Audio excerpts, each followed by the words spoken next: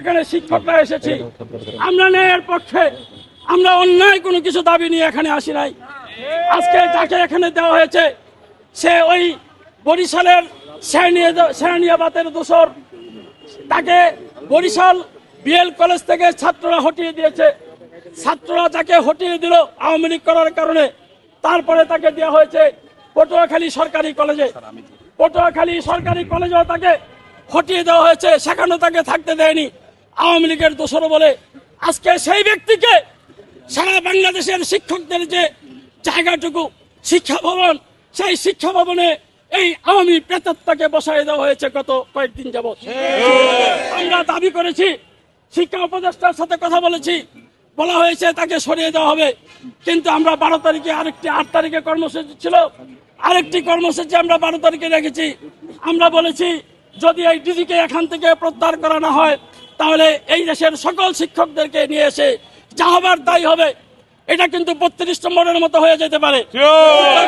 আমরা এগুলো বলতে চাই, আজকে এই সরকারকে সব রকমের সহযোগিতা আমরা করছি। আমাদের এই শিক্ষকদের মধ্যে অনেকে রাজনৈতিক দলের নেতা আছে যারা চাই এই সরকারকে সহযোগিতা করে যাচ্ছি এবং অবাধ সুষ্ঠু নিরপেক্ষ নির্বাচন যাতে করতে পারে সেই জন্য আমরা সকলকে সহযোগিতা করে যাচ্ছি। কিন্তু আজকে এই ঘটনার জন্য দায়ী কে? এই ঘটনার জন্য দায়ী এখানে একজন আওয়ামী লীগকে এখানে বসানোর জন্য দায়ী শিক্ষা সচিব। কারণ শিক্ষা সচিব আপনাদের মতো এই আন্দোলনে অংশগ্রহণ করে নাই। এই শিক্ষা সচিব চুক্তিভিত্তিক নিয়োগ প্রাপ্ত। আমরা যখন রাজপথে আন্দোলন করেছি এই শিক্ষা সচিব তখন ড্রয়িং রুমে বসে হিন্দি সিনেমা দেখেছে। আজকে তাকে এখানে শিক্ষা সচিব করা হয়েছে।